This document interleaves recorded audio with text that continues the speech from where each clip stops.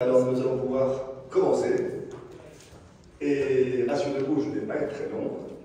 Quelques mots très rapides avant de céder la parole à notre invité, pour vous dire notre joie, notre fierté d'accueillir donc ce soir Sonia De Villers. Je ne peux que redire en tant que président de l'IUMAT, président délégué de l'IUMAT, que notre programmation 2023-2024 est tout à fait exceptionnelle et correspond au 25e anniversaire de l'Institut. Nous avons reçu Chaim Corsia, Frédéric Ancel, nous avons eu un salon du livre mémorable avec Vincent Payon et François Hébron, avec Judith Cohen-Solal et Ariane Bois, avec Eva Ilouz, Caroline Goldman, Claude Askolovitch et Pierre Assouline. Enfin, on avait un parterre vraiment exceptionnel. Et puis on a reçu en décembre Benedetta De Cassis, en janvier, la semaine dernière, mardi, Pierre Savy, ce soir Sonia De Villers, bientôt Martine Cohen le 30 janvier. On aura un colloque sur Maïmonide le 17 mars, retenez bien la date, avec Paul Fenton qui vient spécialement d'Israël, c'est le plus grand spécialiste de Maïmonide en langue française. Et puis on va avoir Mohamed Ali, Amir Mouezi, Julien Darmon, enfin vraiment, monsieur le directeur, vous avez fait du beau travail et je vous félicite. Voilà, je voudrais aussi saluer Sonia De Villers à titre personnel, lui dire combien nous sommes honorés de recevoir une personnalité aussi médiatique, aussi reconnue dans le paysage audiovisuel français, combien je suis heureux que nous ayons pu enfin retrouver une date qui convienne. Nous l'avions invité il y a 18 mois pour le 3e salon du livre des bons juifs et ça n'avait pas pu se faire alors que son livre, Les Exportés, s'inscrivait parfaitement dans notre thématique, c'était les récits de filiation, des enquêtes historiques, littéraires, sur des ascendants qui ont traversé des histoires singulières, une histoire avec un grand H mouvementé, qui permet de savoir d'où l'on vient et ce dont on hérite. Et il y avait Annette Viedjorka, il y avait Christophe Boltanski, il y avait Manuel Carcassonne. Vous auriez eu parfaitement votre place avec toutes ces personnes, avec l'histoire de Gabriella et de Harry, vos grands-parents.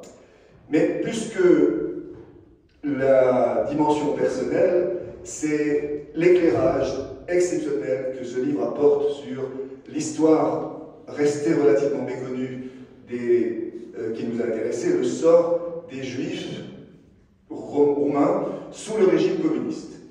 Et effectivement, peu de livres ont été écrits à ce niveau-là, et vous comprenez donc maintenant, vous comprenez-vous, la présence de notre amie Carole Liogou, qui a accepté notre invitation, je le remercie infiniment, qui va nous apporter également une perspective complémentaire, à titre à la fois personnel, puisqu'il est d'origine roumaine et que sa famille peut-être a suivi les mêmes procédés que la famille de Sonia De Villers, qu'il est donc historien, universitaire, professeur émérite à l'université de Paul Valéry, grand spécialiste de l'histoire des Juifs roumains, de l'antisémitisme.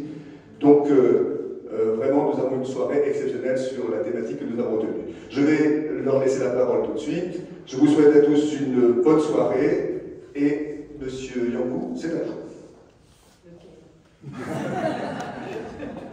Michael. Avant Carole,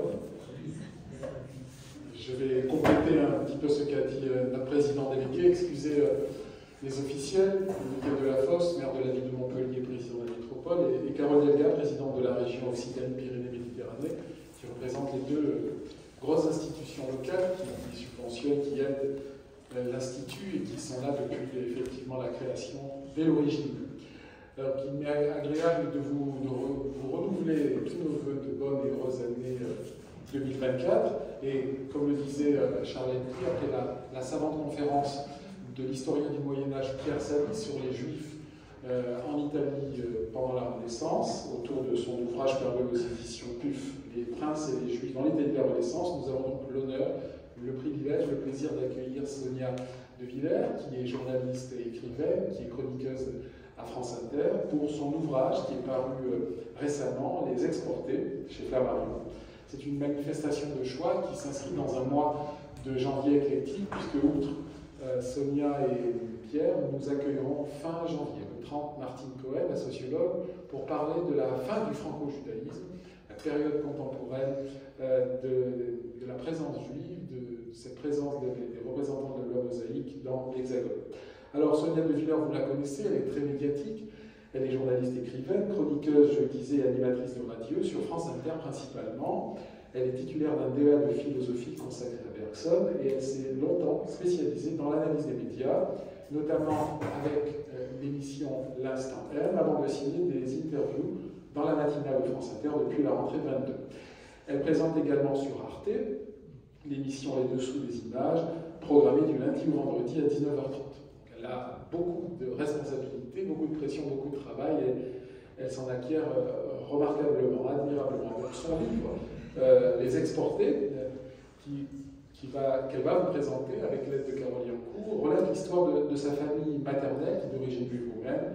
Il s'appuie à la fois sur les souvenirs familiaux et sur les travaux des historiens et met en lumière une affaire d'État en Roumanie qui a consisté à la fin des années 50 et jusqu'à la chute de Ceausescu à la fin des années 80 à monnayer le départ des Juifs vers des pays du bloc de l'Ouest ou vers Israël. Et en 30 ans, le pays s'est ainsi massivement vidé de sa population juive, puisqu'aujourd'hui vous aviez 800 000 Juifs avant-guerre, plus que 8 000 aujourd'hui. La Roumanie était le 3e ou 4e pays juif avant la Shoah. Alors c'est un livre bouleversant, percutant, un récit déroutant, nous enseigne notre ami Alexandra Georgiou, une minutieuse enquête rigoureuse.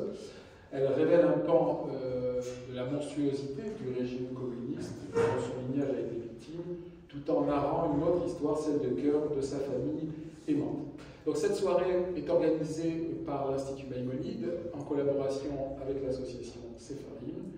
Sonia va répondre à quelques questions du professeur Carole Yancourt, qui est d'origine roumaine, qui est l'un des spécialistes de l'histoire de la Roumanie et dont la famille a connu un petit peu le même parcours que celui de Sonia De Villers. Il m'est agréable de remercier Midi Libre, la Gazette de Montpellier, qui ont annoncé l'événement. Voilà. Je peux poser une question ou bien vous répondez directement à Sonia? Je pense que par politesse et de façon générale, c'est mieux que vous présentez un peu votre ouvrage. Et puis ensuite, moi je pense, je vois que le public attend ça. Et ensuite, je poserai quelques questions, j'apporterai quelques ajouts. Alors, bonsoir à tous et je vous remercie pour cet accueil extrêmement chaleureux. Oui, ça a été un petit peu long de trouver une date pour venir. Je crois que je ne m'attendais pas, mon éditeur ne s'attendait absolument pas au succès du livre. On n'est pas loin des 70 000 exemplaires. Moi, vraiment, quand je suis arrivée chez Flammarion, je leur ai dit, bon, une histoire de juifs à Bucarest en 1961, ça n'intéressera personne, mais vraiment personne, et j'en étais convaincue. Je pensais que vraiment, voilà, il y aurait 10 personnes pour se passionner pour le sujet. Je pense que ce qui est très émouvant, après la publication des Exportés, c'est d'avoir reçu, là je suis presque à 250 lettres, mails, messages sur Instagram, ça a pris toutes les voies possibles et imaginables. Et donc, de gens qui ont mon âge, qui sont plus âgés, et dont c'est exactement l'histoire de leur famille. Et c'est une histoire qu'ils n'avaient jamais lue nulle part. Pour certains dont ils n'avaient jamais entendu parler, d'autres qui connaissaient mais qui trouvaient très peu documentés. Il faut savoir que le livre, les travaux d'historiens sur lesquels je me suis appuyée sont principalement ceux de Radu Ioannid, qui est un grand historien roumain qui a travaillé pendant très longtemps à Washington, au mémorial de la Shoah, où il était responsable des archives, que ses travaux ont été publiés aux États-Unis et en Roumanie, donc en anglais et en roumain. Donc en France, par exemple, ma mère était passée mais complètement à côté. C'est totalement resté... comment ? Secret, je pense que pour la communauté des historiens, non, vous connaissiez ces travaux. Mais pour les non-universitaires... À propos des travaux, j'étais le directeur de thèse de M. Radu Ioannid. Voilà. Il a soutenu sa thèse à Paris, à l'École pratique des hautes études. Avec vous, voilà. Donc, voilà, ça c'est... Il y a vraiment, en fait, dans ce livre, il y a vraiment l'histoire de son écriture et puis ce qui s'est passé après. Et ça fait donc plus d'un an maintenant que je dialogue par correspondance avec des gens qui sont des Roumains, des enfants de Roumains, des petits-enfants de Roumains, des arrière-petits-enfants de Roumains. Si vous saviez combien il y a de petits-enfants et d'arrière-petits-enfants de Roumains en France, c'est complètement délirant. Mais ça dit aussi l'histoire très ancienne des liens entre ces deux pays. Donc il y a vraiment un lien culturel très fort, un lien politique très fort et géopolitique. Et donc, en fait, c'est un lien qui se traduit, se métabolise différemment de génération en génération. Et moi, j'ai eu la chance, depuis la publication des Exportés, de dialoguer avec des gens de différentes générations, chacun apportant son regard sur l'histoire que j'ai racontée, et que je ne prétends pas raconter comme une historienne. Le livre est très documenté, il y a presque 40 ouvrages en bibliographie qui sont cités. Je me suis appuyée sur les travaux des historiens et je ne prétends pas m'y substituer. D'ailleurs, il y a des choses que j'ai mis du temps à comprendre. Il y a des choses que j'ai comprises après l'écriture de livres. J'en parle un petit peu dans la postface. Et il y a encore des choses, je pourrais encore faire une postface différente aujourd'hui, que je suis allée en Roumanie, que j'ai dialogué avec des gens en Roumanie. Parce que c'est une histoire que je raconte du point de vue d'un héritage. C'est-à-dire, qu'est-ce que c'est que d'être née en France, la première née en France dans les années 70? Qu'est-ce que c'est que de n'avoir pas connu le bloc de l'Est? Qu'est-ce que c'est que d'avoir grandi en français? On n'a jamais parlé roumain. Qu'est-ce que c'est que de porter un nom franco-français de Villers, celui de mon père?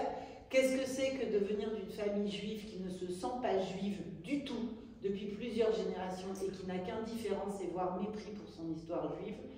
Et donc, j'ai hérité. Et qu'est-ce que c'est que d'être la fille d'une mère qui a été tellement traumatisée par ce départ de Roumanie en 1961, elle avait 14 ans, ça a été un arrachement d'une telle violence que encore aujourd'hui, elle ne peut pas raconter le départ de Roumanie, elle ne peut pas raconter le voyage, ce ne sont que des sanglots, et donc c'est toujours un moment très difficile. Donc, ce qui fait que, au fond, je me suis toujours tenue loin, toute mon enfance, toute ma jeunesse, très loin de cette histoire.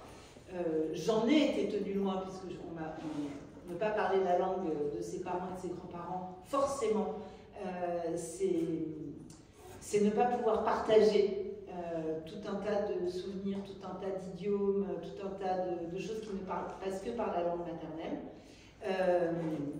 Et puis c'est grandir dans l'ignorance de ce pays dans lequel j'étais jamais allée. C'est grandir dans l'ignorance de cette histoire, de cette identité juive. Voilà. Donc moi je raconte ça de mon point de vue, en racontant tous les trous dans la transmission, et en racontant la difficulté de reconstituer ce puzzle, parce que je viens d'une famille où il n'y a jamais eu de secret, il n'y a jamais eu de tabou, il n'y a jamais eu d'omerta.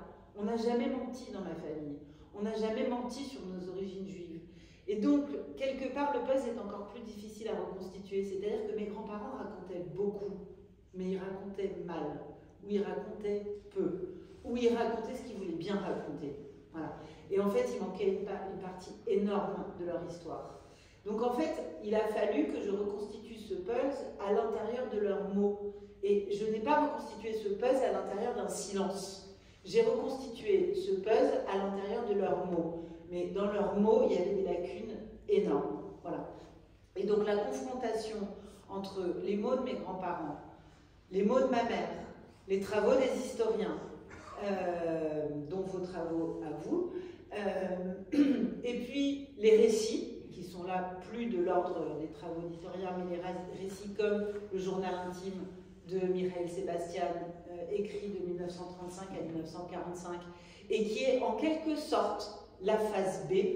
Je ne sais pas si vous vous souvenez de quand on avait des disques, il y avait une phase A et une phase B.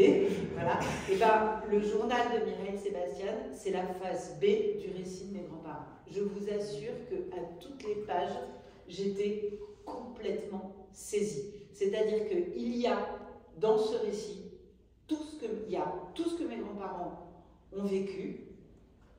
Il y a cette passion pour le Bucarest des années 30, Il y a ce milieu tellement cultivé, tellement francophile, tellement germanophile. Il y a cette passion pour la musique. Ma grand-mère était pianiste, elle était professeure de musicologie au conservatoire après la guerre, mais elle avait été elle-même l'élève du Conservatoire national de Bucarest.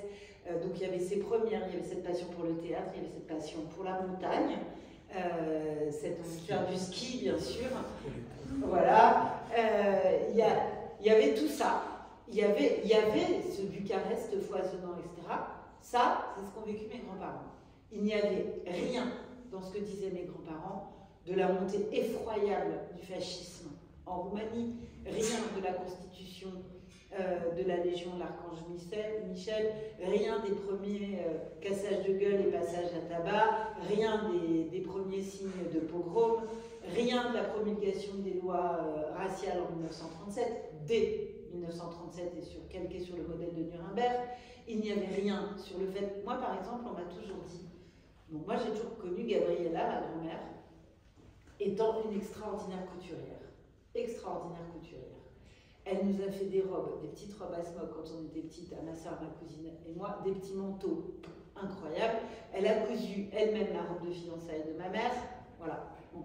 Qui m'a dit que Gabriella, qui était déjà professeure de musique et professeure de français, était interdite de travailler à partir de 1937 et que sans se mettre à la couture, elle n'aurait pas pu survivre. Personne. Moi, j'ai été élevée dans le mythe de mon grand-père, Harry, qui a fait ses études d'ingénieur à l'école polytechnique de Rome. Et j'ai été élevée dans le mythe des études de Harry à Rome. Voilà. Il a adoré cette période à Rome. Il s'est fait des amis pour la vie. C'est-à-dire que vraiment, une fois qu'ils ont été en France à partir de 1961 et qu'ils ont été autorisés à voyager, les premiers 3 sous qu'ils ont gagnés, ça a été pour prendre une voiture et partir à Rome, revoir ses amis. Et ensuite, ils ont passé chaque année une semaine de vacances en Italie. Et mon grand-père parlait un français catastrophique, avec un accent épouvantable, mais il parlait très bien l'italien. Et voilà. Bon. Qui m'a dit que mon grand-père n'avait pas eu le droit d'aller à l'université parce qu'il était juif à Bucarest? Personne. Qui m'a dit que pendant qu'il était étudiant à l'école polytechnique à Rome, les légions de la jeunesse mussolinienne marchent sur Rome en colonne? Qui m'a dit que tous ces fameux amis de promotion, de camarades de promotion, étaient tous des chemises brunes? Personne. Des chemises noires. Voilà. Exactement. Mais moi, par exemple, on m'a toujours raconté une anecdote. Ma grand-mère, ce qui est très bien, ce qui était rare quand même pour une femme avant-guerre, elle a mis Harry sur des skis. Je pense que c'était même une condition pour le mariage. Et ma grand-mère était épouvantablement orgueilleuse et autoritaire. Donc, c'est un sacré personnage. Et donc, ils m'ont toujours dit que pendant la guerre, ils avaient caché leur matériel de ski, leur matériel d'alpinisme, sous les combles. Ils habitaient un petit appartement sous les combles. Bon, j'ai toujours entendu ça au cas où. Au cas où. Et c'est en lisant Mireille Sébastien que je découvre que les Juifs de Bucarest avaient l'interdiction de posséder du matériel de ski et du matériel d'alpinisme. Ça leur était interdit, comme de posséder une radio, comme de posséder une bicyclette, comme tout un tas d'interdictions, parfois complètement absurdes. Ça leur était interdit.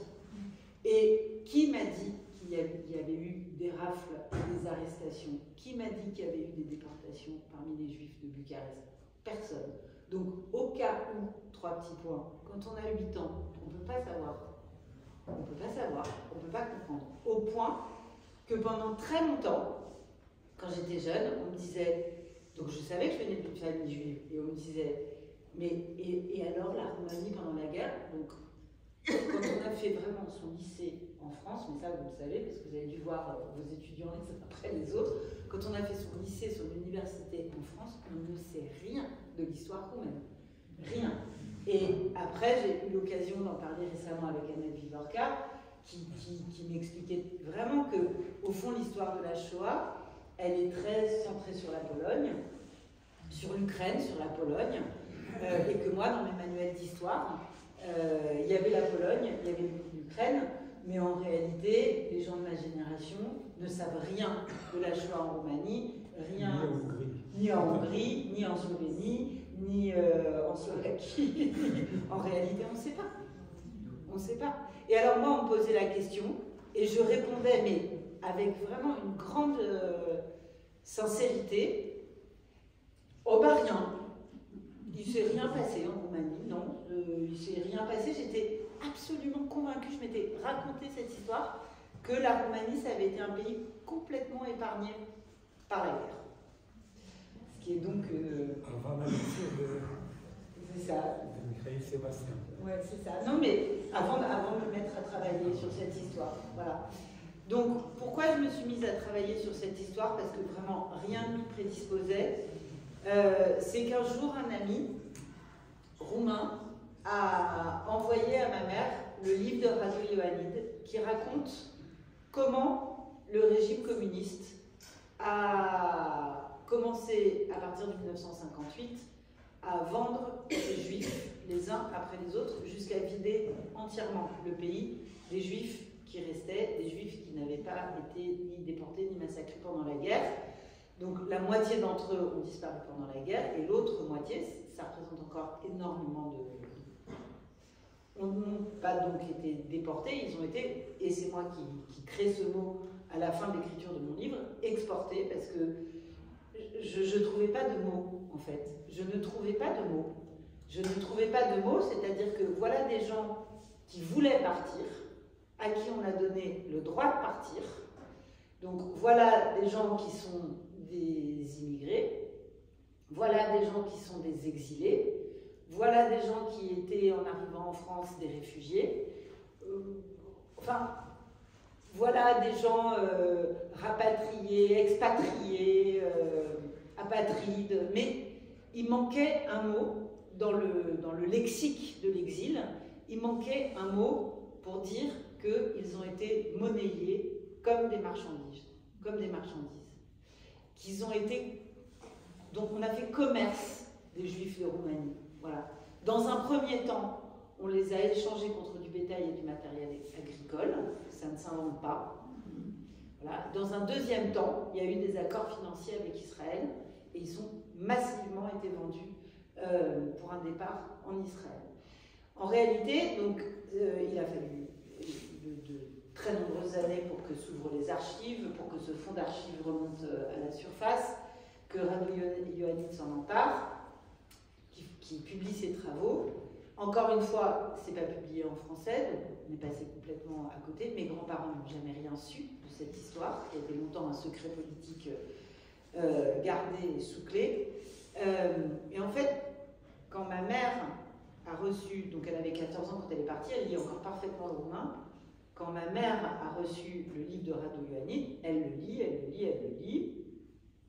Elle va de Karim en Silla, se disant mais ça n'est pas possible. Elle est complètement effarée, elle est même choquée. C'était nous, enfin vraiment.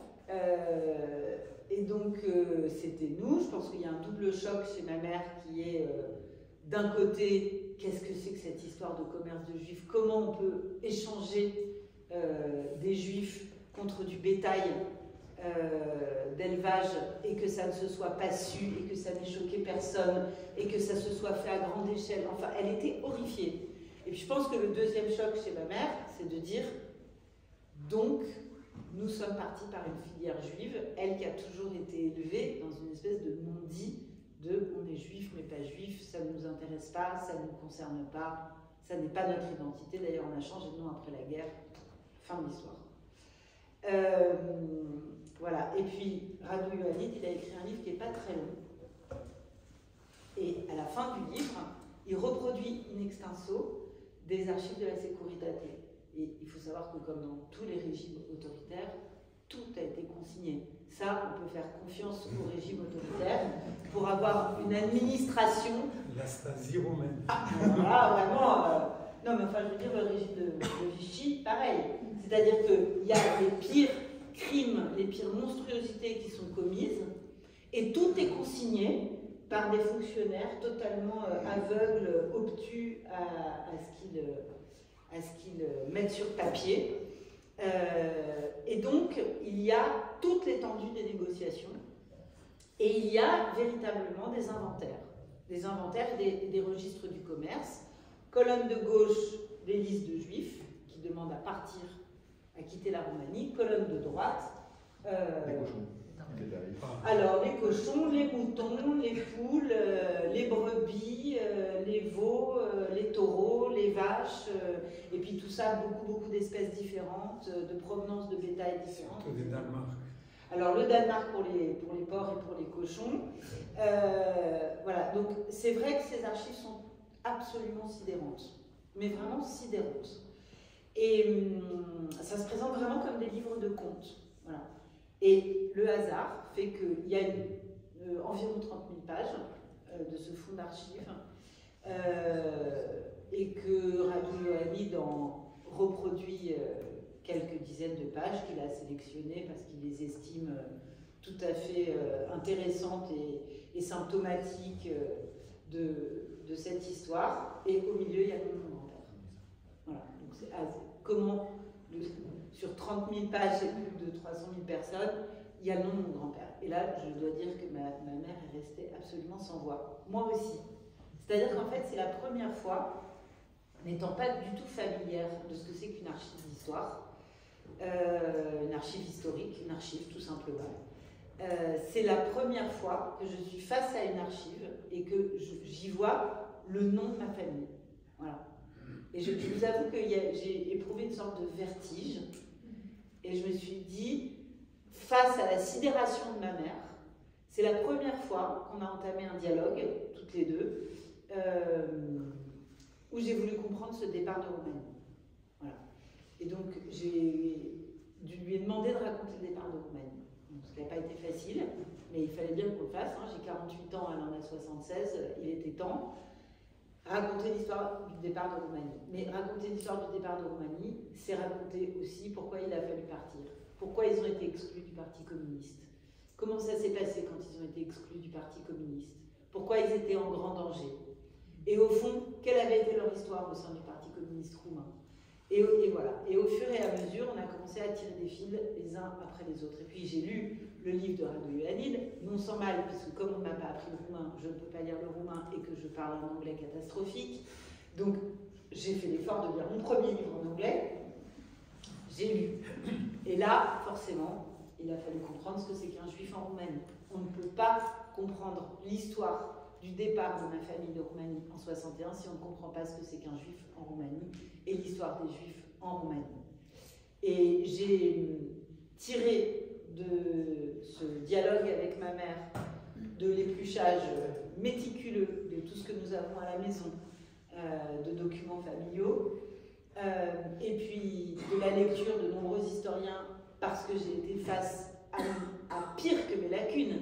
J'ai été face au fantasme familial, au non-dit familial, à tout ce qui fait que l'histoire avait fini par se tordre à un point qu'elle était totalement dénaturée. Donc j'ai lu de nombreux travaux d'historiens et j'ai fabriqué un petit document d'une 50aine de pages pour mes fils, en me disant, Marina, ma mère, est la dernière à parler roumain. Après elle, plus personne ne pourra légender les photos, plus personne ne pourra lire les quelques documents en roumain que nous avons. Donc j'ai fabriqué un petit document de 50 pages pour que ça se transmette. Et puis j'ai raconté ça à table devant un éditeur, dont la mâchoire s'est décrochée comme ça. J'ai dit, mais il faut absolument en faire un livre. C'est là que j'ai répondu, ça n'intéressera personne. Voilà l'histoire du livre, professeur. Merci.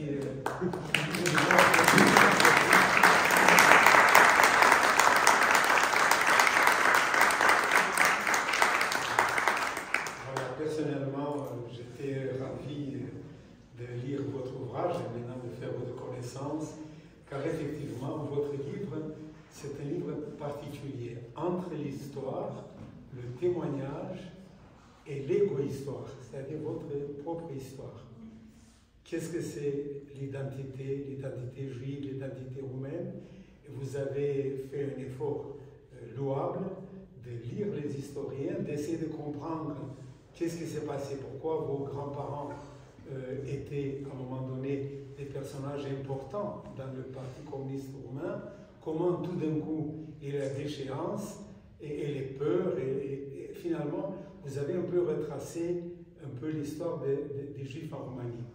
Et ici, peut-être pour nos auditeurs, je dirais que c'est une histoire très complexe. C'est une histoire qui s'explique par la géographie. C'est la géographie, en effet, qui explique l'histoire. Pour moi, en tant qu'historien, j'ai dit qu'il n'y a pas de judaïsme roumain. Il n'y a jamais de judaïsme roumain. Il y a des juifs qui ont vécu en Roumanie. Pourquoi? Parce que les juifs de la Transylvanie, ils parlaient soit le hongrois, soit l'allemand.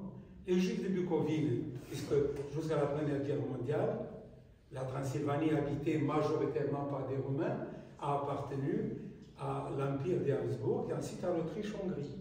Ce qui explique ce qui va se passer tout à l'heure pendant la Deuxième Guerre mondiale. Donc en Transylvanie, effectivement, les Juifs, leur langue maternelle, Elie Wiesel est né en Roumanie, mais sa langue maternelle, c'était le hongrois, le magyar et le yiddish. Les Juifs de Bucovine, le beau pays de Paul Celan et tant d'autres écrivains, des langues allemandes, on parle l'allemand et aussi le yiddish. Les Juifs de Bessarabie, ben, ils parlent russe, puisque le tsar a occupé un morceau de la Moldavie roumaine, appelé la Bessarabie, et jusqu'à, effectivement, à partir de 1812, les Russes se trouvent là. Et aujourd'hui, nous avons le paradoxe d'avoir deux États roumains en Europe, la Roumanie et la République de Moldavie. En fait, c'est l'ancienne Bessarabie. Et ils parlent le russe et le yiddish. Et enfin, les Juifs de la petite Roumanie, devant la Première Guerre mondiale, la Moldavie et la Valachie, qui parlent. Ça, c'est ce qu'on appelle le vieux royaume. Voilà, ou l'ancien royaume, exactement. Qui parle d'abord et surtout en Moldavie le yiddish. Dans le sud, on parle aussi le judéo-espagnol. Parce qu'on oublie qu'en Roumanie, il y avait aussi des séfarades authentiques arrivés en Roumanie depuis la fin du XVe siècle, depuis l'expulsion d'Espagne et du Portugal. Donc l'histoire des Juifs en Roumanie, c'est l'histoire d'un paradoxe. D'un côté, c'est un pays accueillant, qui se trouvait sous l'égide de l'Empire ottoman jusqu'à 1877. La Roumanie, les Roumains ont accueilli les expulsés d'Espagne et du Portugal, arrivés par la Turquie, par la Grèce, la Bulgarie, sont arrivés en Roumanie. Ils étaient à peu près 10 000 avant la Première Guerre mondiale, donc c'est pas beaucoup, mais ils étaient l'élite des Juifs roumains parce qu'ils parlaient le judéo-espagnol très proche du roumain, le roumain étant la seule langue latine de l'Europe de l'Est, et deuxièmement parce qu'entre-temps, ils avaient des positions très intéressantes, aussi comme juifs de cour, les juifs, les banquiers des princes, et ils avaient une situation enviable, disons, les juifs séfarades de Roumanie.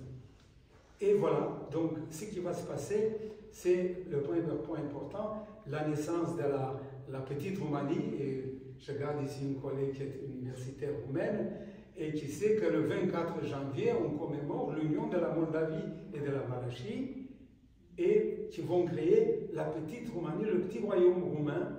Mais au départ, ce n'était pas un royaume dirigé par Alexandre Ioan Cuza, qui était un prince très formé en France d'ailleurs, et très ouvert notamment pour les Juifs, qui a voulu émanciper les Juifs. Mais en 1866, c'est à partir de là qu'on commence un problème juif en Roumanie.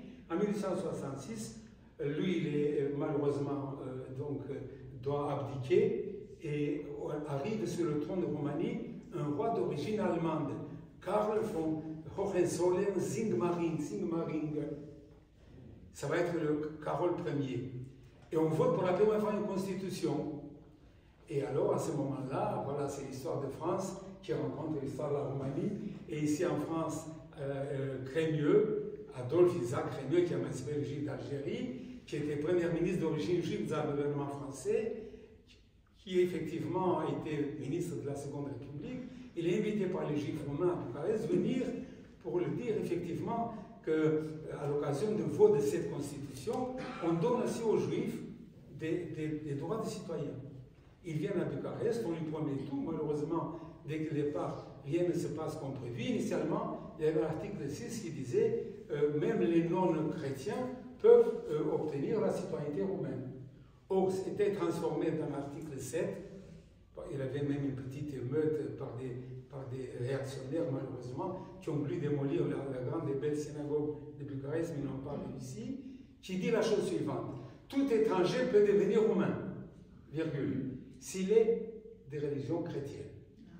C'est la théorie de l'État chrétien. À partir de ce moment-là, c'est une barrière infranchissable, à moins de se convertir. Et il y a au départ très très peu de conversion. Donc voilà, les Juifs, en revanche, ils doivent faire le service militaire. Mais au service militaire, en tant qu'habitant du pays. Mais parce que vous êtes Juif, vous ne pouvez pas devenir officier. Donc le problème juif va s'envenimer jusqu'à la pratiquement Première Guerre mondiale. Ils vont rester sans avoir, ça veut dire droit de citoyen. Ce n'est pas seulement aller voter pour tel parti, mais pour envoyer les enfants dans les écoles, pour être professeur, être médecin, être fonctionnaire, il fallait être entre guillemets citoyen roumain. Donc c'est ça le paradoxe. D'une part, les Roumains ont accueilli les Juifs déjà expulsés d'Espagne et du Portugal, et d'autre part, les Juifs roumains, malheureusement, mais il faut dire la vérité, toute la vérité, rien que la vérité, selon la formule, ils vont être les derniers à recevoir des droits des citoyens. Lors de la Première Guerre mondiale en 1919, la constitution roumaine change en 1923 seulement. Voilà. Donc à partir de ce moment-là, effectivement, si dans votre beau livre, vous suivez aussi la trace de vos grands-pères, je vous félicite. Ils sont allés, bon, l'origine en partie donc de côté russe, ils sont en Amérique, ils sont revenus. Donc il y a beaucoup de migration, ça c'est vrai. Mais à partir de la Première Guerre mondiale, effectivement, les Juifs sont allés combattre pour la Roumanie. Mes deux grands-parents sont morts pour la Roumanie, et du côté de mon père et du côté de ma mère, par exemple, sans être citoyens roumains. Pourtant, ils étaient nés de père en fils depuis des générations. Mais c'est un paradoxe, vous voyez. Mais à partir de ce moment-là, la Roumanie double sa superficie, double sa population et triple sa population juive. Après la Première Guerre mondiale. Voilà. Ils étaient 250 000, ils deviennent 750 000, comme dit Michael, à la veille de la guerre, peut-être 800 000. Voilà, en disant cette petite introduction, on va comprendre qu'est-ce qui va se passer après la Première Guerre mondiale. Il se trouve que vous venez d'une très grande famille, la famille de Stanilevich. Je vous ai apporté un document concernant l'un des peintres, malheureusement il est mort jeune, qui a peint des soldats juifs qui ont combattu lors de la Grande Guerre. Peut-être vous connaissez ce document, je n'en sais rien, mais je voulais apporter. Et alors, effectivement, vous venez d'une très grande famille, Stanilevich. Je crois qu'il a eu 7 frères et une sœur, et c'est la grand-mère. C'est quand même assez extraordinaire. 7 Stanilevich, presque tous membres de l'Académie roumaine. Des mathématiciens, des physiciens, des économistes, des musiciens. Mais ils voulaient tellement s'identifier avec la Roumanie qu'ils ont complètement, ou en partie, et pas tous, délaissé la religion. Maintenant, la religion ne compte pas. Après la Première Guerre mondiale, enfin, nous avons prouvé que nous, les Juifs, méritons aussi la nationalité roumaine. On est mort. Regardez un peu les cimetières de Bucarest. Déjà, c'est dans toutes les villes de Roumanie. Il y a comme ici en France, les monuments aux morts. On voit tant de Juifs. Maintenant, tout va bien se passer. Malheureusement, tout s'est mal passé après la Première Guerre mondiale parce que l'antisémitisme, comme dans les autres pays de l'Europe de l'Est, ce n'est pas spécifique à la Roumanie, c'est le vecteur du nationalisme. Ça commence et ça finit toujours avec la haine des Juifs. Ça, c'est clair. Donc, maintenant, à partir de là, une partie des Juifs, c'est le cas de votre famille, a voulu s'identifier à tel point que vous notez avec beaucoup d'intérêt qu'ils ont presque refusé d'entrer à la synagogue lorsque la grand-mère a voulu quand même qu'il y ait un mariage un peu juif, qu'on se marie aussi devant un rabbin, pas seulement à la mairie. Ils n'ont pas presque refusé, ils ont refusé. Tous les oncles sont restés dehors. C'est quand même assez extraordinaire. Mais l'histoire les a attrapés. Ensuite, ils étaient obligés de porter. Et puis finalement, ce qu'il y a de beau aussi dans votre travail, donc, avec cette introduction, on comprend qu'entre les deux guerres, ils n'ont pas pu bien étudier. C'est simple, en 1933, à la faculté de médecine, auparavant ils étaient nombreux les juifs dans la faculté de médecine de Roumanie. Après la Première Guerre mondiale, on a le droit de s'inscrire, de suivre. Mais il y avait seulement 4 étudiants reçus à l'université de Bucarest, à la faculté de médecine. Savez-vous ici combien il y en avait? Moi, j'ai fait des recherches dans les archives ici à Montpellier. 10% des étudiants à la faculté de médecine de Montpellier étaient des juifs de Roumanie. J'ai compté, j'ai leur fiche, 89 étudiants, donc 10%, il y avait 800 étudiants, étaient des juifs roumains qui ne pouvaient pas faire leurs études là-bas. Et même les 4 qui ont été reçus, en 1933. Ici à Montpellier. En 1933, il y avait dans les juifs roumains venaient ici à Montpellier. Pour faire la médecine. Je vous enverrai, je fais une étude là-dessus, je vais vous l'envoyer. C'est quand même assez extraordinaire. Mais même les 4 n'ont pas pu suivre parce qu'à l'entrée, il y avait malheureusement des membres de la garde de fer, etc. En d'autres termes, paradoxalement, il y a vraiment les mythes qui se développent en Roumanie, un mythe très ancien, le judéo-bolchevique, les juifs sont tous des bolcheviques, ou les juifs sont tous des capitalistes. Alors à partir de là, il y a des mouvements nationalistes que vous avez cités, la Légion de l'Archange Michael, enfin, Haut-de-Gamme, on n'a pas le temps de développer, et malheureusement, donc, sauf un certain nombre de familles, disons, privilégiées, la plupart des gens, effectivement, ont connu un destin vraiment particulier. Et là, j'ai beaucoup aimé cette introduction historique, donc je voulais vous la féliciter. Il y a des petites mini-corrections de date, c'est ridicule. Non, mais ça, le professeur parle. Mais je dis ça pour vous dire que vraiment, c'est à la fois un ouvrage historique, c'est ça qui est important. Ce n'est pas seulement un ouvrage personnel, c'est une rencontre. Et puis on arrive évidemment à la période de la guerre où j'ai aimé, vous avez aimé, votre grand-mère qui était une dame très fière. Vous savez, les Roumains sont très fiers. En général, c'est pas les Roumains ou les Juifs roumains. On rigole par l'identité, la volonté. Et alors, puisqu'on les persécutait en tant que Juifs, elle a voulu, elle n'a pas caché son judaïsme. C'est ça qui est derrière. Après la guerre entre Grimberg et Deleanu, bon, on a préféré Deleanu. Bon, voilà. Donc, voilà ce que je voulais dire, effectivement. Et maintenant, la tragédie, c'est ce qui s'est passé, surtout sous le régime communiste. Je vois que là, vous avez bien expliqué. Vous savez, après ce qui s'est passé pendant la guerre, et ici, il faut dire 2 mots sur la Shoah, parce que beaucoup n'ont pas connu, ils ne connaissent pas. Je comparais 2 pays, la Hongrie et la Roumanie. La différence, la Shoah entre la Roumanie et la Hongrie est la suivante. En Roumanie, la Shoah commence plus tôt, et heureusement, fini, elle a été rompue. Elle est finie plus tôt. Et c'est pour cela que vous me voyez, moi, que vous êtes là aussi. Tandis qu'en Hongrie, les Juifs sont restés en vie jusqu'en 1944, et pendant 6 semaines, hein, même pas 8 semaines, 6 semaines et quelques, près de 600 000 Juifs, dont tous les Juifs de la Transylvanie du Nord, ont péri, non, il ne faut pas dire ont péri, ont été tués. On dit les gens sont morts en déportation, c'est pas vrai. Les gens ont été tués en déportation. Auschwitz, c'était un abattoir humain. Ça, il faut chaque fois le dire. Ils ne sont pas morts, ils ont été tués. Et parmi eux, les Juifs de Hongrie, encore une tragédie, presque 100 000, ce n'étaient pas Juifs, il y a des chrétiens d'origine juive, mais considérés Juifs par les lois raciales, par les lois racistes. C'est ça qui est tout à fait extraordinaire. Donc, la Roumanie, bon, au départ, ce qui s'est passé, vous racontez la tragédie du pogrom de Bucarest. Je n'ai pas des choses spéciales à dire. C'est un petit pogrom de 120 Juifs, mais dans quelles conditions ils étaient assassinés. Ensuite, le grand pogrom, le pogrom gigantesque, la Deuxième Guerre mondiale, c'est le pogrom de Jassy.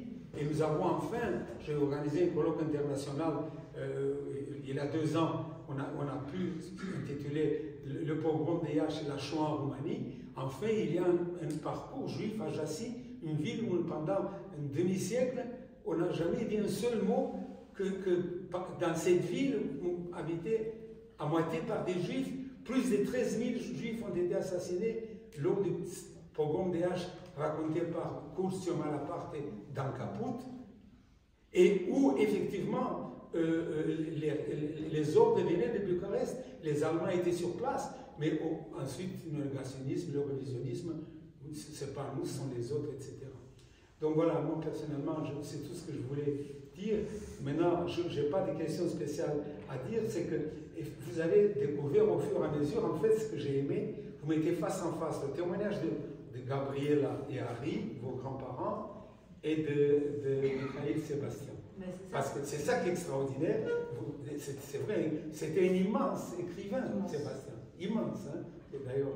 Et d'un côté, voilà, vos parents qui n'ont pas... En fait, il a une sorte d'autocensure. Il ne voulait pas voir certaines réalités. Moi je pense. Je pense. Voilà, j'ai tout ce que je voulais dire. En fait, ce qui a été vraiment passionnant pour moi, ça a été Mireille Sébastien meurt très opportunément, renversé par une voiture ou par un camion en 1945. Il venait d'adhérer au Parti communiste. Donc, on ne saura jamais si c'est complètement accidentel ou pas. Non, ça, je suis un peu plus nuancé ici, parce que j'ai lu pas mal d'articles. En ce qui concerne Michael Sébastien, il a compris, il était là à une réunion, et il a compris, il dit quelque part que ça lui suffit déjà avec la bureaucratie communiste. Il a compris. Maintenant, on peut dire un tas de choses, mais il le dit carrément. Et de toute façon, le livre de Sébastien, ça a été... c'est que le livre de Solzhenitsyn, ça a fait pour l'archipel du Goulag, c'était une sorte de tsunami, une sorte de quelque chose d'exceptionnel, puisqu'il ose critiquer les grands noms de la culture roumaine, qui malheureusement, avant la guerre, étaient parfois des sympathisants des extrémistes. Voilà. Sympathisants, c'était d'atroces fascistes et antisémites fanatiques, hein, sur rang et... Y compris les grands noms de voilà.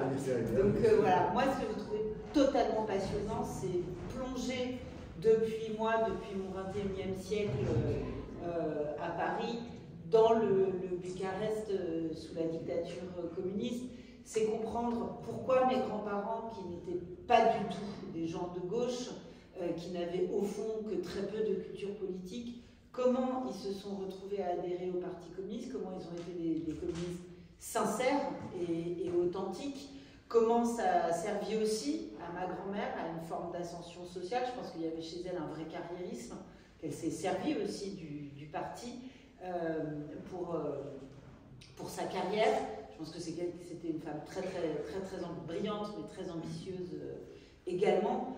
De comprendre comment, au fond, en régime communiste, il y a réellement au jour le jour ce à quoi aspiraient mes grands-parents, c'est-à-dire l'idée d'un genre humain sans discrimination. Donc ils ne sont plus juifs, d'ailleurs on ne prononce plus le mot juif, ils ne sont plus appelés juifs, et en fait ma grand-mère qui très fièrement, ça elle me l'a raconté quand j'étais petite, je ne comprenais absolument pas la dimension de ce qu'elle me racontait, mais me disait en effet, je n'ai jamais mis les pieds à la synagogue, le grand rabbin avait appelé aux conversions, etc., simplement pour sauver sa peau. Elle aurait pu se convertir pendant la guerre comme les cousines elles l'ont fait, elle aurait pu changer de nom, elle s'y est refusée, en me disant, j'avais jamais mis les pieds à la synagogue, j'allais pas faire semblant d'aller à l'église. Ça lui paraissait vraiment... pour elle, c'était vraiment un truc insupportable, vraiment insupportable. Donc elle ne l'a pas fait. Elle a changé de nom juste après la guerre. Et je trouve que l'histoire de leur nom est extrêmement émouvante parce qu'ils ont choisi ce nom, Deleanu, on dit comme ça, voilà, oui. J'arrive jamais à le prononcer. Et ce nom-là, c'est un nom, c'est-à-dire que, bon, il y a beaucoup d'études qui ont été faites sur les centaines de milliers de juifs qui ont changé de nom en Europe après la Shoah, ou pendant, ou avant. Et c'est très rare une famille qui jette littéralement son nom aux orties, dont on ne garde rien. Le nom de ma grand-mère c'était Stanielewicz, le nom de mon grand-père c'était Greenberg, mais rien, on n'en garde rien, c'est-à-dire même pas un initial. C'est-à-dire que très nombreux sont les juifs qui ont traduit leur nom dans la langue vernaculaire du pays, qui ont enlevé un suffixe, rajouté un préfixe, qui ont gardé des initiales. C'est important, les initiales. Les initiales, c'est une identité, c'est un marqueur d'identité. Et bien, eux, ils ont jeté leur nom aux orties. Et où est-ce qu'ils ont été choisir ce nom qui ne correspond à rien dans un roman? Dans un roman qui était un best-seller, qui s'appelle La Novellini, c'est ça, et qui était un best-seller dans les années 30, une sorte de grande saga. Alors, je ne peux pas le lire parce que ça n'existe pas en français, mais moi, je me suis toujours représenté ce livre un peu comme les Thibaut de Roger Martin du Gard.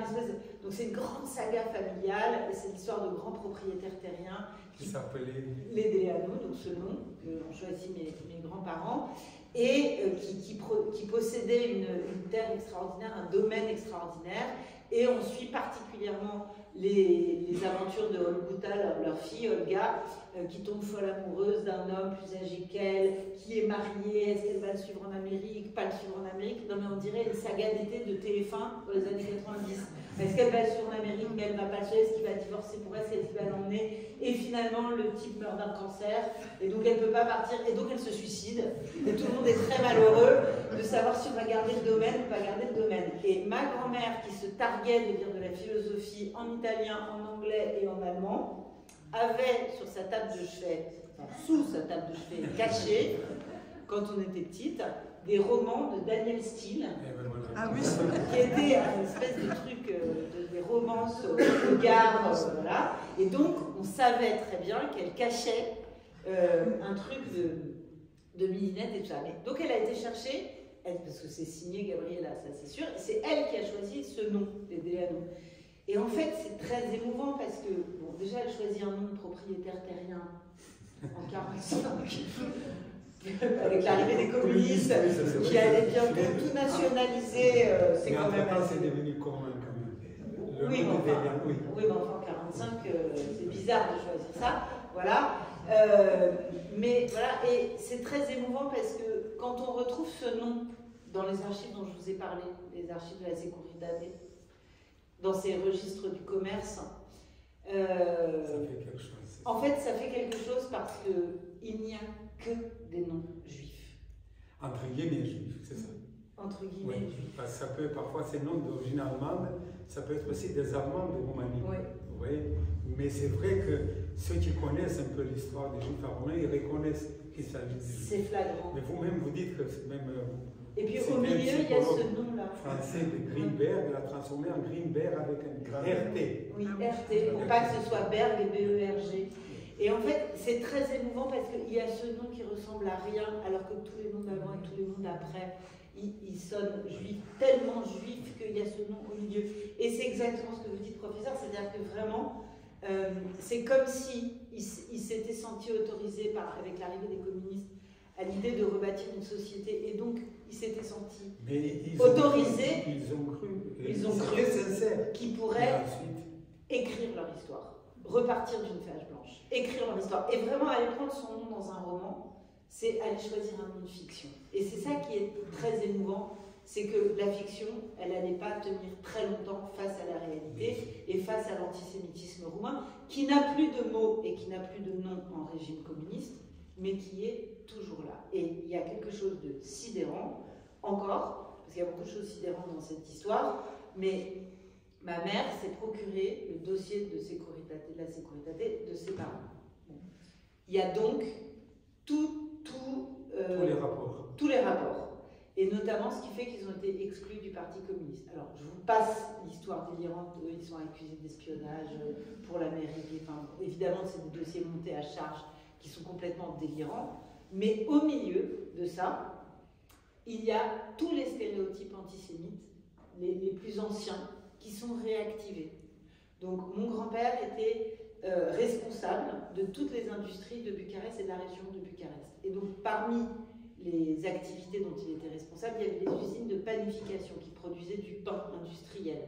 Le pain était livré dans les magasins d'alimentation, il était livré chaud, il y avait une odeur, une excellente odeur de pain là, les gens se ruaient dessus alors que tout était rationné, le pain était vendu trop vite. Et mon grand-père avait dit, il faut attendre que le pain refroidisse, il faut livrer du pain froid et pas du pain chaud. Il a été accusé d'affamer le peuple roumain.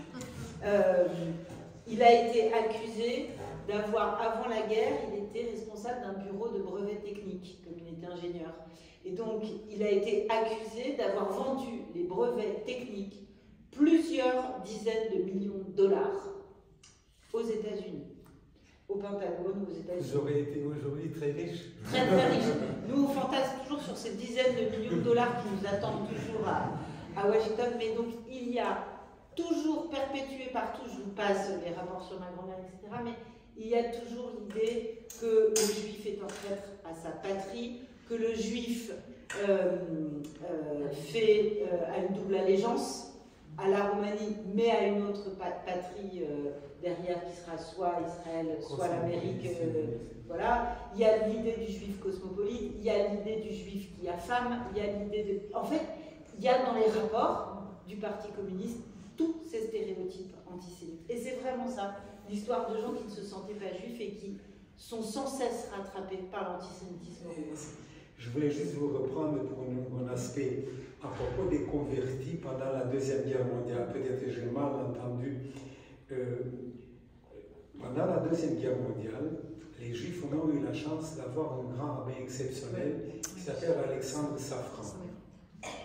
Et effectivement, si vous m'avez dit, je ne sais pas d'où on sort ceci, comme quoi le grand rabbin aurait encouragé les conversions. Est-ce que j'ai mal compris? Non, non, c'est ce que j'ai lu. C'est tout à fait faux. Ah, parce qu'il s'agit du grand rabbin Alexandre Safran. Ouais. Je suis en vie, c'est grâce à lui notamment. Et il y a eu 4000 juifs roumains, on a pu les recenser. Moi j'ai vu dans les archives, qui se sont convertis, la plupart à la religion catholique. Et qui, en partie, après la Deuxième Guerre mondiale, sont revenus au judaïsme, si vous voulez.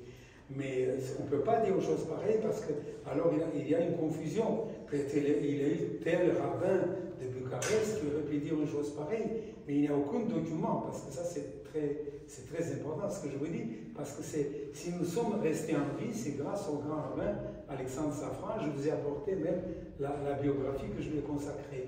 C'est-à-dire que lui, il a obtenu, à un moment donné, les trains étaient prêts en 1942, en été, en automne, pour aller, les Juifs roumains devaient aller à Beuge, sur Belzec en français.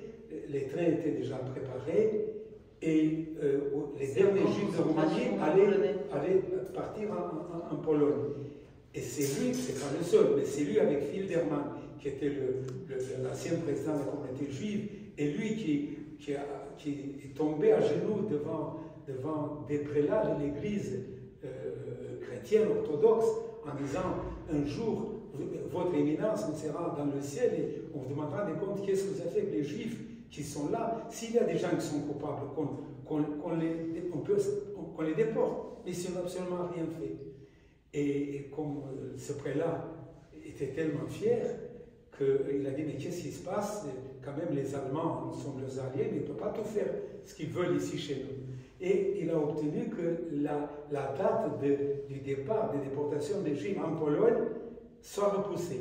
Puis ça a été repoussé, et finalement, les derniers Juifs de Roumanie, presque la moitié des Juifs roumains, n'ont pas été déportés à Auschwitz. Mais il y a une chose qu'il faut dire, parce qu'on veut dire, bon, donc les Antonescu n'a pas envoyé les Juifs roumains à Auschwitz. C'est vrai et c'est pas vrai. C'est vrai que la plupart des Juifs n'ont pas été à ce moment envoyés, mais tous les Juifs roumains à l'étranger, qui avaient la nationalité française, allemande, autrichienne et d'autres pays, ils ont été envoyés, malheureusement, à Auschwitz au début de la guerre. C'est bien à la fin de la guerre qu'on a changé un peu. Donc ça veut dire que, et non seulement ça, mais les autorités de l'époque de Roumanie réclamaient, une fois qu'ils étaient envoyés en Pologne, s'ils ont laissé les biens en France, soit ils auraient voulu, le gouvernement voulait récupérer, un peu comme l'affaire de ces Juifs. Ouais, c'est ça que je voulais dire. Donc, et je m'excuse, mais ça, c'est un sujet important que, pour une large part, les Juifs roumains sont en vie grâce au grand Alexandre Safran et grâce effectivement Filderman, l'ancien président de communauté, et aussi c'est dû au représentant du pape, Monseigneur Andrea Cassulo. Déjà, on a fait maintes fois le procès de Pie XII. Le vrai problème pour lui, à mon avis, c'est ce qu'il s'est tué après la guerre, pendant la guerre, etc. Mais son représentant en Roumanie, il est allé même en Transnistrie où les Juifs ont été déportés pour apporter des aides. Certes, au départ, il voulait sauver les convertis, mais ensuite les autres Juifs en leur apportant même des aides en argent, ce qui est une chose un peu moins connue. Voilà, excusez-moi. Voilà, ces aspects-là, je vous apporte le livre, vous allez voir. Mais voilà, alors pour revenir en fait quand même votre livre, et surtout pendant le régime communiste, alors il faut vous poser la question, est-ce que Jacques Aubert, ce personnage grâce auquel votre famille et tant d'autres juifs ont été extradés, enfin exportés, pas extradés, exportés, vous avez raison. Est-ce que c'était un philanthrope, un héros juif? Vous dites à la fin, on peut le comparer à Schindler. Non, mais vous dites Schindler a fait quelque chose, bon, c'est pas vous, mais bon. Ou bien c'était quand même quelqu'un qui a fait des affaires sur le dos des Juifs. Les Israéliens, on peut le comprendre, surtout Shai Kedan, c'était un salaud. C'était pas l'idée de Ben Gurion, qui au départ a dit non, il faut quand même, grâce à lui, beaucoup de Juifs sont partis. Il faut qu'on leur explique parce que... Oui, je dis ça, vous allez expliquer, notamment parce que d'un certain point de vue, ceux qui ont été exportés, c'était quand même des Juifs qui avaient de la famille, qui avaient de l'argent. Donc là aussi, je ne sais pas qu'on vous pose une question difficile, mais est-ce que si on a de l'argent, on s'en sort mieux? Est-ce que c'est ça l'histoire. C'est ça l'histoire. Donc en fait, l'histoire de ce Henry Jacober, qui est donc un personnage totalement fascinant. Il y a à peu près 3 réalisateurs qui ont dit oh là là, ça fera un film de cinéma génial, il faut creuser la piste Jacober. Donc Jacober est un citoyen naturalisé britannique qui vit à Londres dans un très bel appartement depuis les années 30. C'est quelqu'un qui fait de l'import-export de matériel agricole, donc des semences, des graines, du bétail, surtout c'est un maquignon. C'est quelqu'un qui a ses entrées partout en Roumanie, qui a un carnet d'adresses absolument incroyable, un réseau logistique impressionnant. C'est-à-dire qu'il connaît des petits fonctionnaires, il connaît des membres de la sécurité, il connaît des gens très haut placés au gouvernement, très haut placés au parti, il connaît tout le monde, il graisse des pattes et il backchiche dans tous les sens. Voilà. Et puis il a aussi ses entrées dans les pays du Nord, où il arrive à faire sortir du bétail, notamment des porcs à haut rendement, le fameux porc Landrace, que les Danois protègent jalousement, et ils n'ont pas du tout l'intention qu'on vienne leur piquer leur porc parce qu'ils veulent rester leaders sur le marché du bacon. Et tous les pays européens, c'est vraiment les années 50, le moment où tous les pays européens veulent intensifier l'élevage et moderniser l'agriculture. Tous les pays européens se battent pour avoir ces espèces de porcs à haut rendement. Lui, il peut en fournir. Voilà. Donc en fait, il arrive régulièrement à Bucarest, au ministère de l'Agriculture, qui sont d'abord, après ce sera le ministère de l'Intérieur qui va reprendre la main, mais d'abord c'est le ministère de l'Agriculture qui sont ses interlocuteurs, et il arrive avec un catalogue de marchandises qui font littéralement baver les Roumains. Il faut savoir que le pays est exsangue d'un point de vue économique dans les années 50, que même si le pays a terminé la guerre et a retourné sa veste et a terminé les 9 derniers mois de la guerre du côté des Alliés, on se souviendra quand même que la guerre a été faite du côté de l'Axe et on demande des dommages de guerre absolument colossaux aux Roumains. Et puis les Russes ont...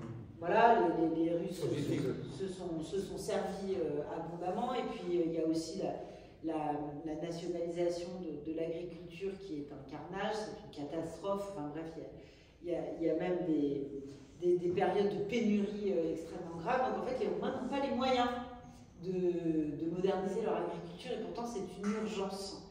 Il y a tout un mythe de l'agriculture mécanisée, un culte du tracteur, etc., etc. Et en fait, comment vient l'idée d'échanger des juifs contre des tracteurs et contre des moissonneuses-batteuses et des porcs. Comment vient l'idée, on ne saura jamais, parce que le deal lui-même n'existe pas par écrit. Voilà. Donc en fait, ensuite, on a toutes les étapes de négociation. Mais très probablement que Jacober qui rentre et qui sort, et qui a des relations à Londres, des relations à Paris, etc., très probablement, quand au ministère de l'Agriculture, on lui dit on t'en prend 3 des cheptels de porc Landrace et 4 moissonneuses-batteuses allemandes, mais il faut que tu nous fournisses l'argent pour te payer, parce qu'on ne peut pas débourser autant d'argent. Et ils n'ont pas de devise, les Roumains, ils en ont très peu. Et en fait, probablement que c'est Jacober qui apporte à la fois la marchandise et un moyen de paiement. Et probablement que c'est Jacober qui dit « Mais moi, je connais des familles juives en Occident qui ont de l'argent et qui sont prêtes à payer et même à donner beaucoup d'argent pour faire sortir un beau-frère, une belle-sœur, un cousin, un grand-père, une grand-mère restés au pays. » Voilà. Et donc probablement que ça commence comme ça. Ça commence à partir de 1958 et puis petit à petit, ça va s'étendre. Voilà. Donc le deal lui-même ne sera absolument jamais couché par écrit. Il faut savoir comment ça marche, c'est-à-dire que Jacober est contacté par des familles à Paris, à Genève, par des associations juives à New York comme le Jones, en Angleterre, etc. Il est contacté par des familles qui lui donnent une liste de gens de la famille à faire sortir. Jacober leur donne un prix. En ce qui concerne ma famille, c'est 12 000 $. C'est une fortune à l'époque, et vous imaginez bien qu'à Bucarest, personne n'a de dollars. Donc c'est une fortune colossale à l'époque. Donc il donne son prix. Avec ce prix, il achète du bétail et du matériel agricole, donc ça peut être des camions frigorifiques, des chaînes d'abattage automatisées, etc. Il arrive à Bucarest et il commence une négociation. Donc là, il y a beaucoup de traces écrites de la négociation, c'est-à-dire à ma droite, la liste de juifs à faire sortir, à ma gauche, qu'est-ce que vous voulez comme bétail, je peux vous proposer. Alors, c'est tant de vaches pour tant de familles, c'est tant de camions frigorifiques, non. Vous me rajoutez un prisonnier politique, le prisonnier politique répond le parti, ça sera plus cher. Donc vous allez me rajouter 12 porcs, 2 cochons, 12 brebis et 80 poulets. C'est reparti avec les 80 poulets. Donc là, on les a les lettres. Là, vraiment, c'est du marchandage de maquignons. Voilà. Une fois que le deal est fait, on s'accorde. Comme c'est un excellent logisticien, il s'occupe d'un côté de faire sortir les juifs. Donc il s'occupe de fournir les papiers. Donc il y a une déchéance de nationalité qui est automatique, donc ça ne s'appelle pas un passeport, mais ça s'appelle une feuille de route. Hein. On renonce à la nationalité roumaine quand on part. Il s'occupe d'organiser le voyage. Et il faut même payer. Je sais que notre famille, c'était le cas. Non seulement on est obligé, quand enfin on peut quitter la Roumanie, on renonce à la citoyenneté roumaine, et il faut payer une taxe parce qu'on renonce à la citoyenneté roumaine. Et on fait cadeau la maison. Tout. La maison, les biens, tout ce qui reste dans la maison au régime. Et voilà, donc il s'occupe de ça. Et d'un autre côté, c'est lui qui s'occupe de faire venir le bétail. Et sachez que les porcs Landrace voyagent très bien en avion. Ça préoccupe le régime. Savoir comment le voyage des juifs, ça ne les préoccupe pas du tout, mais les porcs Landrace voyagent très bien en avion. Ils sont en pleine santé quand ils arrivent, et il n'y a plus qu'à installer les élevages.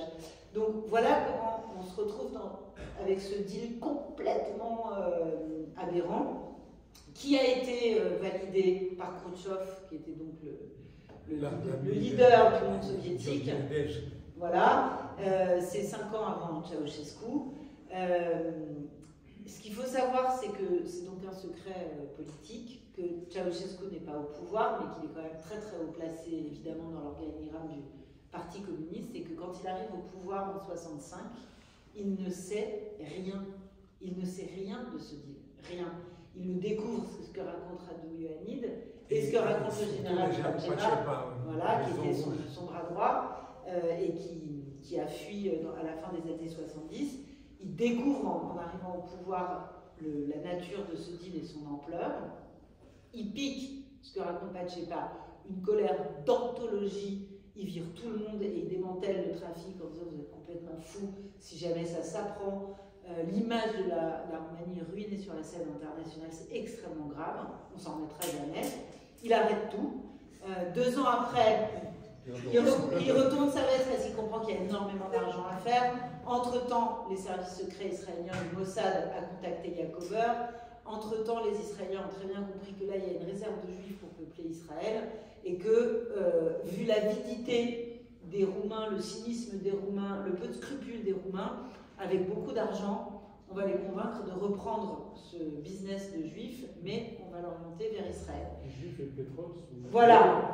Ah bah, c'était la jaquette du livre, vous voyez. En fait, il aurait dit à Patchepa, il n'y a de source que Patchepa, donc on ne peut pas vérifier l'authenticité de cette phrase, mais Patchepa il dit les juifs et le pétrole sont nos meilleurs produits d'exportation. Voilà. Même si par la suite il a vendu aussi les Allemands. Oui, il a vendu aussi la minorité allemande. Et alors, c'est là où dire le cynisme des Roumains, c'est que quand même l'Allemagne était coupée en deux à l'époque, il y avait une partie communiste, une partie occidentale de l'Allemagne. Il n'a pas vendu les Allemands à la partie communiste. Non, il a vendu les Allemands à l'Allemagne de l'Ouest contre des Deutschmark. Oui. Alors il faut dire aussi où va cet argent. Ah oui. Voilà, premièrement, vous dites alors, ça, où va cet argent. Et maintenant, quand ils ont obtenu des choses, certaines productions à partir des cochons et tout ça, c'est pas le peuple roumain qui a bénéficié. C'était vendu à l'étranger et les Roumains crevaient de faim sur le communisme. Ça aussi, il faut le dire. C'est-à-dire une clique communiste. C'est plusieurs millions de dollars qui a été entièrement capté par l'entourage proche de Ceausescu. La famille Ceausescu s'est offert un Boeing privé. Et toute cette production de viande n'a donc en effet pas du tout servi soit à les nourrir. membres du Parti communiste, il y avait des magasins spéciaux, ils pouvaient acheter même des chaussures. Ça partait à l'exportation. Par exemple, voilà, une jeune fille, j'ai été en Roumanie à l'époque, n'avait pas le droit de s'acheter une paire de chaussures fabriquées par des Roumains, par des artisans roumains, parce que c'était pour l'export, pour l'étranger, il fallait acheter en dollars ou en monnaie étrangère. C'est quand même assez exceptionnel. C'est dire tout l'intérêt que, effectivement, a suscité chez moi, mais je pense tous ceux qui vont lire votre livre, parce que c'est à la fois une rencontre entre l'égo-histoire, où vous avez votre talent de journaliste et d'écrivain, et en même temps, sur une base réelle, une base historique réelle, et surtout, vous ne cachez pas un certain nombre de non-dits. Et c'est ce qu'il a de beau, c'est que vous avez découvert, quand vous mettez face en face vos grands-parents d'une part, qui n'ont pas une grande chose, et Michael Sébastien de l'autre part. Moi, personnellement, je retiens le plus. On va remercier Sonia De Villers pour cette bonne illustration.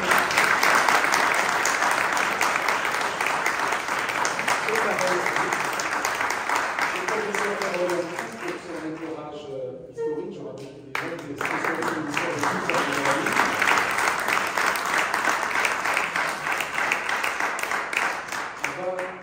Vous donner la parole. J'aimerais, pour lancer justement cette question-réponse à notre autrice, revenir sur la perception de l'ouvrage avec votre maman. On m'avait dit tout à l'heure sur le chemin qu'elle était chamboulée par tout ce remue, finalement, tout ce passé que l'on remue. Quelle a été, donc, si vous pouvez revenir, était-elle au courant de votre projet? Est-ce que vous l'avez mis devant le fait accompli, vous l'avez préparé à cela, est-ce qu'elle était au courant, et les autres membres de votre famille? Ma mère, je pense, est encore empêtrée dans les grandes contradictions de la famille. Est-ce qu'on est juif, est-ce qu'on ne l'est pas? Est-ce qu'on est complètement français? Est-ce qu'on a gardé quelque chose de roumain? Ce pays dont il devait partir, c'était une question de survie, et en même temps où ils auraient voulu rester. Donc il y a un rapport très complexe à ça, parce que donc ma mère m'a vraiment aidée à travailler pendant 3 ans. Le livre est nourri de ses souvenirs d'enfance, et il y a un niveau de détail qu'on ne peut pas atteindre s'il n'y a pas quelqu'un qui raconte. Mais la description de la maison et tout. Tout, voilà. Et ma mère n'a pas du tout supporté la sortie du livre. Donc voilà, pas du tout. Non, ça a vraiment été un gros choc pour elle. Vraiment. Elle vous en a voulu? Ouais. Oui. Ouais. Donc, vraiment, elle supporte très très mal l'existence de ce livre. D'un côté, elle avait besoin de transmettre tout ça, et puis l'existence du livre, ça a été compliqué. Ouais. Merci Sonia. On va vous donner la parole. Je rappelle que tout à l'heure, Sonia De Villers aura le plaisir, grâce à la librairie La Cavale et M. Moutot, de signer, de dédicacer ce bel ouvrage. Si vous avez des questions. Sinon, on signe les livres. Sinon, Alexandra, qui est d'origine roumaine bucarestoise. Alors, on va te donner le micro. Non, mais on entend bien, je pense. Oui. C'est la zone là, ça. Oui, très bien. Bon, alors, justement, merci de m'introduire de la façon parce qu'en effet, je suis roumaine, mais je ne suis pas juive, enfin, pas à ma connaissance. Je reste juive de Thessalonique, mais je n'ai pas creusé, je n'ai pas eu d'autre courage pour creuser, donc officiellement non. Je suis roumaine bucarestoise et, chose importante, j'ai vécu la fin du communisme des années 80, j'étais enfant. Donc voilà des choses qui me disent vraiment de m'intéresser à votre livre, de rentrer dans l'histoire et en fait en partie de m'identifier presque étrangement, mais efficacement aussi. Alors il y a des petites choses dans la petite histoire que vous racontez de votre famille, notamment j'ai un arrière-grand-père et un grand-père qui étaient professeurs de musique, de voix, de chant lyrique au conservatoire de Bucarest, donc je ne suis plus presque dans une histoire à créer, une rencontre entre votre grand-père, votre grand-mère et mes grands-parents. Aussi, il y a le départ de 1961 de vos parents, que j'ai aussi vécu par procuration. En fait, ma mère, bucarestoise, donc, avait un premier coup de foudre amoureux avec son voisin qui était juif, Sylvie Abraham. Et Sylvie Abraham est parti dans un kibbutz en Israël dans les années 63-64. Et en partant, il lui a laissé une petite boîte à noyer, sculptée, peinte avec des dorures bleues. Et j'ai grandi avec cette boîte, avec cette histoire de premier amour, quel aurait été cet amour. Et voilà, j'étais quand même imprégnée de cet exil des années 60. Et ensuite, bien sûr, vous parlez beaucoup du silence, des non-dits de votre grand-mère. Et ça m'a fait aussi un écho au silence de ma grand-mère, qui, elle, dans les années 30, était couturière. Elle avait eu une maison de mode, qui était fonctionnait à plein régime, au cœur de Bucarest, avec 50 ouvrières, enfin une grande histoire. Donc j'ai appris très peu de choses. Elle vivait une maison au cœur de Bucarest, elle a été démolie, placée dans un HLM. Et j'avais trouvé une fois dans un tiroir des étiquettes en soie et il y avait marqué chez Valérie. Et à ce moment-là, elle m'a juste raconté que c'était ce qui restait de sa maison de mode. Et à présent, elle avait gardé sa clientèle qui venait de façon clandestine, vous voyez, un petit peu au cachet, faire encore quelques commandes et voilà, à travailler comme ça, vous voyez, avec ses anciens clients. Et puis aussi, c'est un peu plus impressionnant, on a avec votre grand-mère une histoire d'amour littéraire.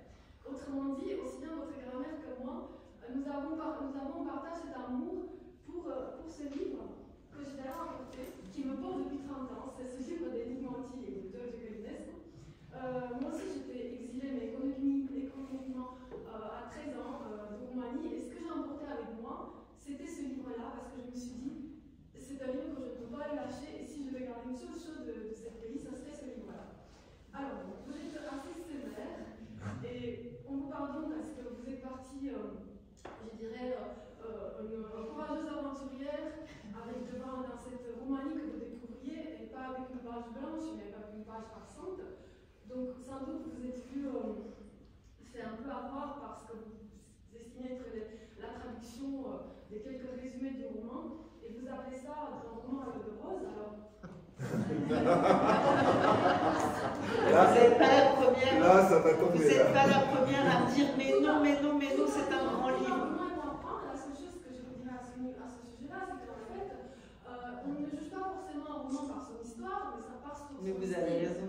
Et là, en l'occurrence, en tout cas pour ce qui est de cet auteur, de Galinesco, donc j'ai un petit peu juste numéroté un peu ses titres. Il est écrivain, il est critique littéraire, il est essayiste, historien de la littérature, il est professeur d'université et académicien.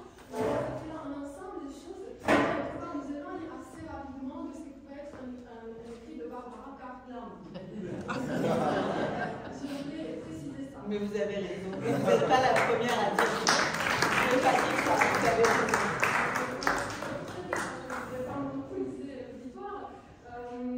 Voilà, le deuxième aspect très fort et très utile de votre livre, c'est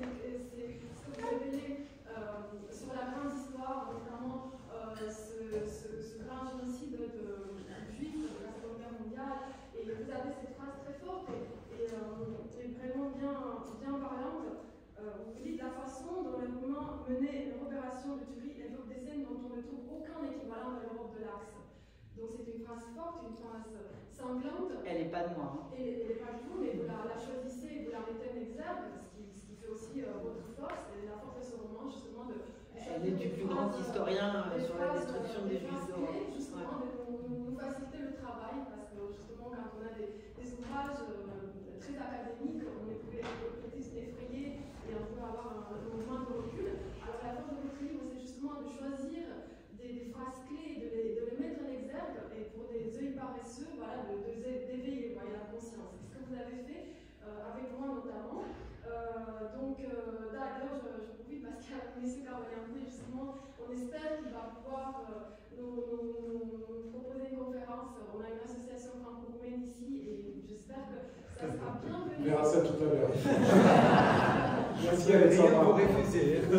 Rapidement Alexandra, pour que d'autres puissent s'exprimer. Tout à fait, mais pour finir et pas l'avant des choses, c'est ce que vous dites sur la question des exportés, c'est quand même le cœur du sujet. Et là-dessus, vous dites aussi qu'en postface, qu'il y a des gens, il y a tout à fait une incompréhension entre ce qu'on entend par exporter à l'Ouest et ce que l'accueil des Roumains qui disent finalement, mais eux au moins ils ont pu partir. Absolument, ça c'est vraiment important. Voilà. Et là je pense c'est ce que je vous disais tout à l'heure en fait, c'est ce que j'avais pas compris pendant l'écriture du livre. Voilà. C'est-à-dire que moi j'ai vraiment eu l'impression d'écrire pour essayer de comprendre quelque chose qui m'a semblé être un scandale politique et une sorte de grande faute morale, de grande faute éthique de la part d'un État, 15 ans après la Shoah, l'idée qu'on puisse vendre ces Juifs comme des marchandises. Et il manquait quand même une dimension à ma réflexion, et donc c'est en arrivant à Bucarest, au Salon du Livre de Bucarest l'année dernière, que j'ai pu dialoguer avec les premiers lecteurs, qui étaient des lecteurs francophiles, qui l'avaient lu qu'en français, maintenant il est traduit en roumanie, et qui m'ont dit, mais eux, ils avaient de la chance. Eux, ils ont pu partir. On était très nombreux à vouloir partir. Eux, ils ont pu partir. Justement, et là, encore une fois, on peut mettre vraiment votre rigueur intellectuelle, votre courage. Vous faites vraiment un travail exemplaire, et vous le dites dans votre livre. Il dit, voilà, vous êtes devant ces témoignages, il me fallu les entendre, bien sûr, il me fallu admettre. Alors, bon, c'est pas le sujet de votre livre, mais quand même très brièvement, et je pense aussi que c'est important pour les gens qui sont là, je vais vraiment donner 3 exemples, mais rapidement. Oui, rapidement. Vous voulez pas, on en discute après, on va en parce que sinon... discuter. Parce que s'il te plaît, Alexandra, du coup... Je finirai avec celui-là. Est-ce que je choisis l'arrière-grand-père, le grand-père ou moi? Choisissez. Je choisis moi, tiens. Allez, je vais parler de moi. Donc, j'avais 6 ans, et en fait, j'étais à ce moment-là, vous le dites dans votre livre, on est promis pionnier de la patrie. Donc, on reçoit l'insigne patriotique avec le foulard tricolore rouge, bleu et jaune. Et à ce moment-là, donc dans ma classe de maternelle de 6 ans, tous les enfants devaient sortir dans la cour pour avoir droit à cette cérémonie et recevoir cet uniforme aigle de la patrie. Tous les enfants sauf moi. Et on est venu me voir pour me dire, vous ne pourrez pas participer à cette cérémonie parce que votre père est ennemi du peuple. En effet, mon père avait fui le régime politique, il avait fui en France, et il m'a dit, voilà, vous, à 6 ans, vous ne pouvez pas faire partie de cette cérémonie parce que vous êtes un élément perturbateur de la collectivité. Voilà, j'arrêterai là. Merci. Merci Alexandra. Est-ce qu'il y a d'autres interventions? Sylvie Tseul, qui est d'ailleurs d'origine juive roumaine. Oui, bonjour. Donc, merci pour cette... Merci. Bon, merci pour vos interventions et pour ce livre. Effectivement, moi je suis fille et petite-fille de côté maternel de Roumanie, de Bukovine. Alors moi j'avais entendu parler dans ma famille du prix pour sortir en 61, mais je n'avais pas entendu du tout parler de ce qu'était. C'était surtout qu'on chiffrait suivant le métier de la famille. Alors j'avais une grande tante qui était veuve d'un médecin, sa fille qui était aussi médecin, et le mari de sa fille, son gendre, était ingénieur en électronique. Donc je sais qu'il y avait une somme, alors je ne me rappelle plus parce que j'étais très jeune quand ils sont arrivés. Moi j'avais compris que c'était... C'est des gens qui coûtaient cher. Oui, que c'était l'agence juive. Je vous dis, c'est comme vous, c'était l'anecdote familiale, donc avec toutes les dérives possibles. Et ils sont restés en France 3 ans, en espérant, parce qu'ils avaient envie ils étaient parfaitement francophiles. Ils voulaient s'installer en France, ils n'ont pas pu avoir les papiers, comme quoi le problème des migrants n'est pas nouveau, ça on le sait bien. Et après ils sont partis en Israël. Et je voulais savoir, est-ce que l'agence juive a joué un rôle? Alors je me suis dit, j'ai lu votre livre qui est parti en Israël, parce que j'ai transmis dans ma famille, j'ai une branche familiale encore en Israël, donc je vais le reprendre et l'étudier plus attentivement. Est-ce qu'il y a eu un rôle quand même, vous l'évoquiez tout à l'heure, mais peut-être plus tard, de l'État d'Israël, de l'agence juive? Pour ma famille, pas du tout. Ma famille, c'est vraiment, en fait, Yacober, le passeur. Oui. Donc à ce moment-là, le Mossad n'a pas encore contacté Yacober, en tout cas pas qu'on sache.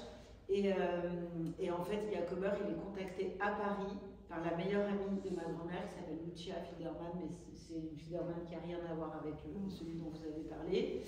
Et Lucia Fiderman, elle a fait de la prison, elle est veuve. Sa belle famille était richissime, elle est veuve, elle n'a pas d'enfant, elle a fait de la prison parce qu'elle a été dénoncée pour X trucs, elle a été dans un pénitencier pour femmes, elle a perdu ses cheveux, la vue, enfin elle est sortie de là complètement démolie. Et en fait, c'est à Paris, sa belle famille, ils sont tous partis juste avant, juste après la guerre, et ils ont beaucoup d'argent. Ils sont partis avant l'arrivée des communistes, donc rien leur a été confisqué. Et eux, ils mettent de l'argent sur la table pour la faire venir à Paris. Donc ils réussissent, grâce à Yacober, à la faire sortir de prison et ensuite à la faire venir à Paris. Au moment où elle sort de prison, elle vient s'installer chez mes grands-parents et ma grand-mère lui dit « tu pars et après tu nous fais partir ».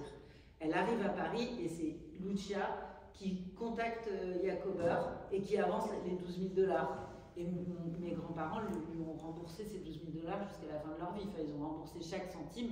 Mais ils n'avaient aucun moyen. Et c'est exactement ce que dit le professeur Yankou, c'est-à-dire qu'il n'y a que les gens riches ou qui ont pu se faire prêter de l'argent, comme mes grands-parents, qui ont pu partir. Et il y a une autre inconnue dans cette histoire, c'est combien Yacober s'est mis dans la poche.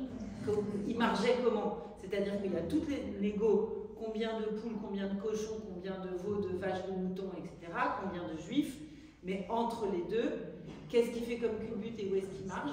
On ne sait pas. Voilà. Combien d'argent il s'est mis dans la poche, ça on ne sait pas. Moi je dis qu'il a quand même beaucoup de mérite. Il a contribué à faire sortir énormément de juifs et il a respecté les deals d'un bout à l'autre. Voilà. Mais d'un autre côté, c'était pas un philanthrope, c'était pas un philanthrope. C'est quelqu'un qui a fait du business. Et c'est quelqu'un qui a été une sorte de génie du business, qui a compris là où il pouvait faire de l'argent. Bon, le Mossad, regardez ce type, ce que disait le professeur Yankou, ils étaient horrifiés. La différence, lui, c'était quelque chose d'artisanal, et ensuite les Israéliens, c'est devenu quelque chose d'industriel au départ. Mais par la suite, effectivement, ce n'était plus pour des bétails, des choses comme ça. C'est l'argent, tout simplement. Où allait cet argent, ça c'est une autre question. Mais l'agence juive s'occupait uniquement du départ des juifs en Israël. En Israël. Je crois qu'il y a 2 doigts qui se sont levés au fond. Nathalie Asselineau, le monsieur après. Non, vous vouliez poser une question? Après, d'accord. Nathalie. Je peux parler sans micro, je pense. Oui, on t'entend. Merci pour votre livre passionnant. Vraiment, je l'ai dévoré. Une petite question, vous dites qu'il a été traduit en roumain. J'aimerais bien savoir comment, est-ce que vous avez une perception sur la manière dont Pas encore, là, il est arrivé il y a peu de temps en Roumanie. Il a été traduit il y a 2 mois, 2 mois et demi. C'est un tout petit marché du livre, le marché roumain. Donc ça commence là. Pour l'instant, je ne me rends pas compte. Pas d'écho dans la société roumaine? Pour l'instant, pas encore. Mais je vous avoue que je ne me suis pas précipitée avec le reste.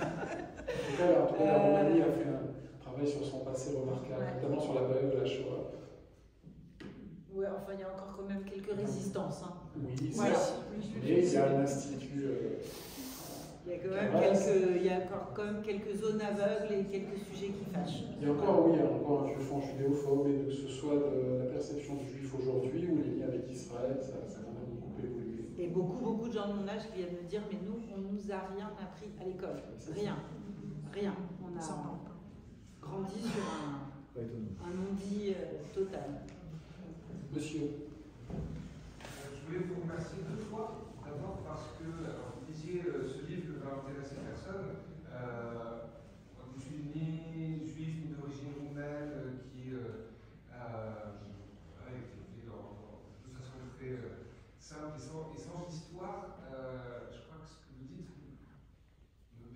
essayé de toucher du doigt comment peut naître toute la folie du monde et l'antisémitisme, et voilà, qui sont des choses que je n'arrive toujours pas à comprendre.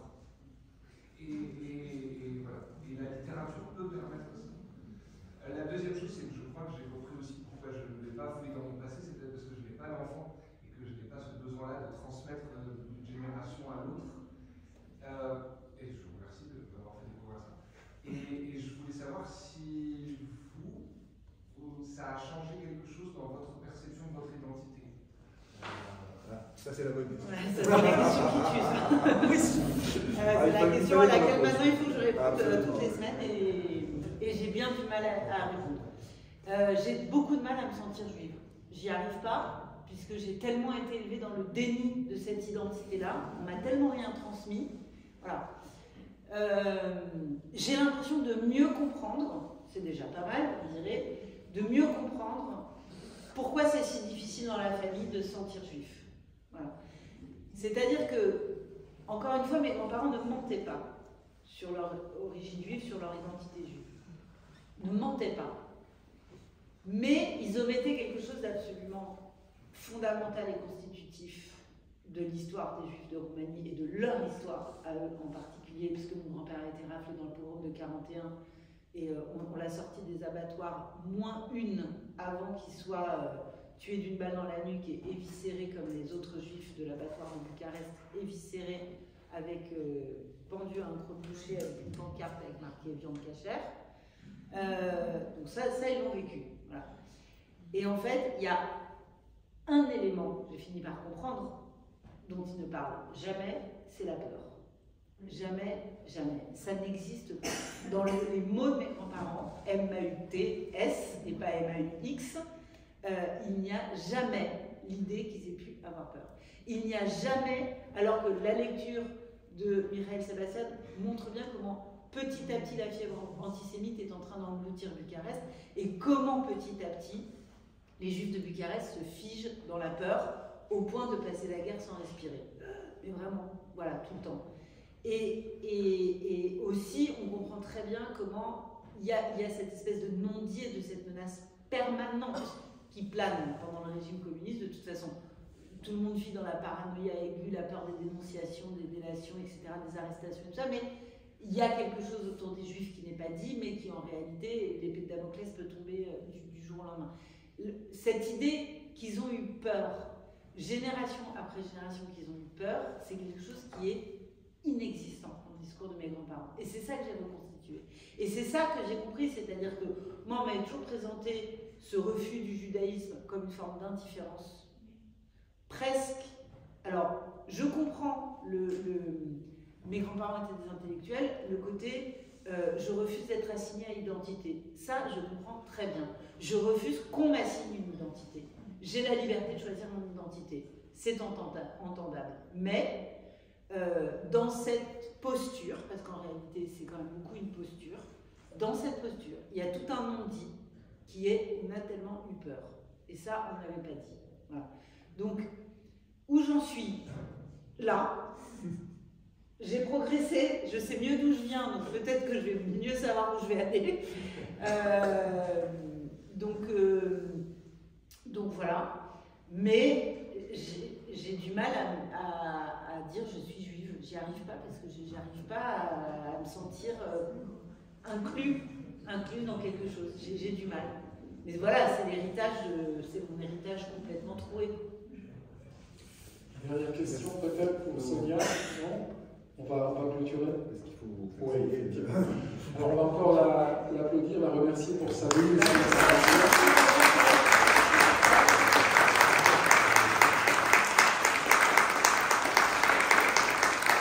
On remercie le professeur pour son éclairage historique.